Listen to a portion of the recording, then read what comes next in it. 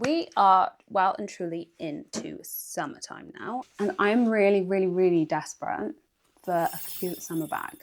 And I've been looking in the shops for inspiration, I've been looking online, and I came across this one here, and I love it. It's great. It's maybe not something I'm going to buy based on the price alone, but do you know what? I think I could definitely make one. So that's what we're going to do in today's video. I'm going to try and make a version of this Loewe Ibiza bag, I think it's called. I'm using stuff that I already have. I have this mess of this brown one. I say it's a mess because I've obviously tried to use it in the past and it's literally just like gone everywhere and tangled, and I've just kept it in this like box. So not great, but I've had this for years. I need a project that's going to get through some of it. I then also have this blue raffia yarn by Wool and the Gang.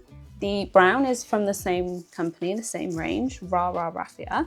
This is in the powder blue. Again, I've had this for years and I've never used it. I have this Raffaella from Hobby, which I picked up off Vinted. So those are the colors that I have. Thinking I really want to get rid of this brown color. I have potential plans for a future project using the blue and the cream mostly. So I think I'm gonna make brown the base and then add in the accents of the white and the blue.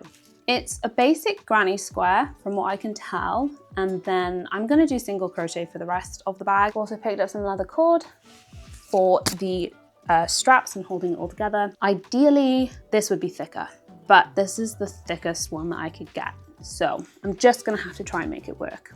Okay, so the plan is for this bag that it's not gonna take me too long. So I think I just need to jump straight into it before I tell myself that this is a stupid idea. So I will catch up with you when I've made a bit of progress.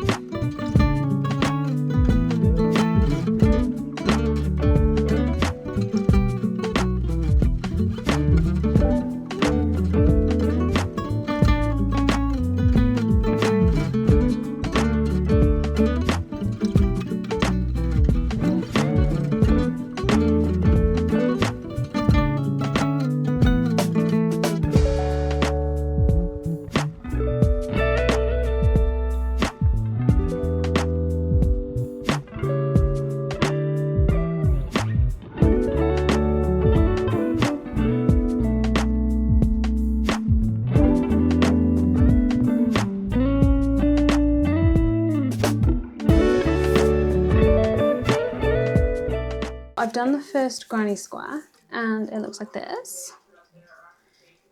I think it's turned out really well. One thing I will say is that making this is quite hard on the hands. I hold quite tight tension anyway, so maybe that's just a me thing. Maybe I do need to loosen it up, but then I wouldn't want it any bigger than this. So I think it's just something I'm gonna have to deal with when crocheting with raffia. Let me know if you have that same problem. I'm just finding like it's much more achy on my hands than any other crochet. I mean, I normally crochet with cotton, so I think that says it all. But yeah, it's a good size and I'm gonna carry on.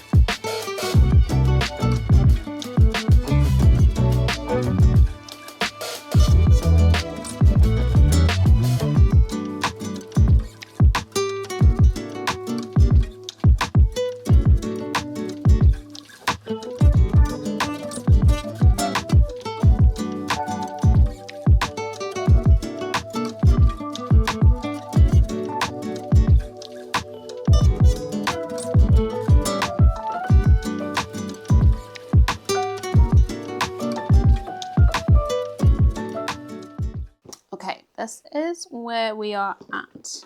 So this is the first panel that I did, and I realized that I panicked and thought it wasn't going to be wide enough, and I added more stitches on the side, and now it's too big. The original that I wanted it to be is like that on the side, which is exactly what feels right.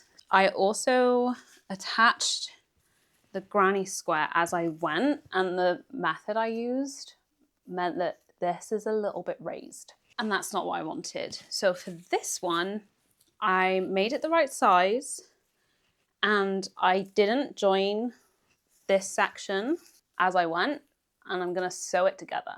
So there's a clean seam that you can't really see. And I'm much happier with this size of the bag. I still think it's a bit bigger than the original. I think my tension was a bit too loose on this second panel with the granny square. It's puckering a little bit, but I'm very much of the mindset of problem solve as you go. I'm just gonna try and work with what I've got and try and make it work. I'm not gonna frog all of this and start again.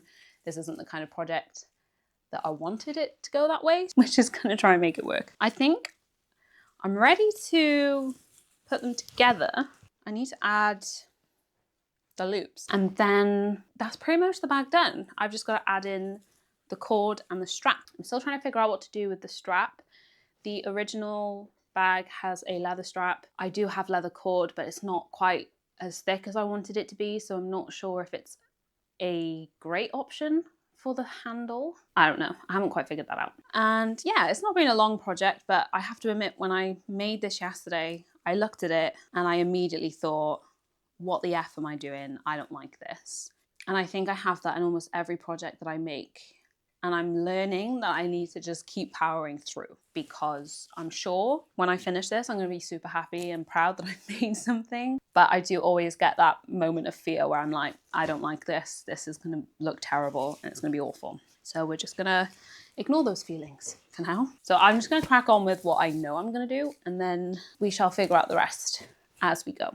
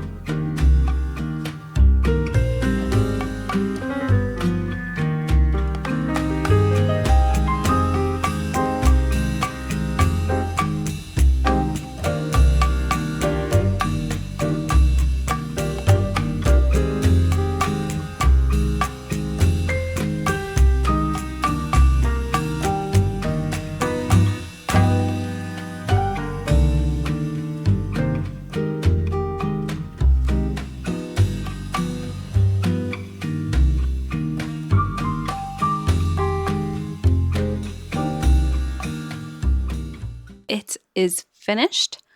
It is complete. This is the bag, and I think it's turned out really well. So that is what it looks like.